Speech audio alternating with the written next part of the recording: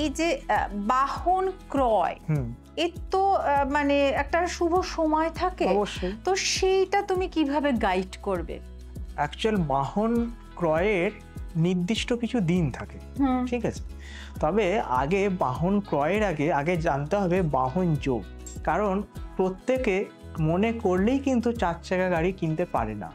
অনেকে হয়তো দেখবে যে তার 4 চাকা গাড়ি শ্যুট করছে না, কিছুদিন নিল, কিছু সমস্যা হলো, বা বাধ্য হয়ে ইএমআই চালাতে পারলো না, গাড়িটা হয়তো নিয়ে চলে গেল। আমাকে প্রথমত আমাদের যে জন্মচার্ট, এটা অ্যানালিসিস করে আগে দেখতে হবে তার বাহন ক্রয়ের যোগ আছে কিনা, বা বাহন সে জীবনের হোল লাইফ ভোগ করতে পারবে কিনা, অর্থাৎ রাখতে পারবে কিনা, কন্টিনিউ করতে পারবে কিনা।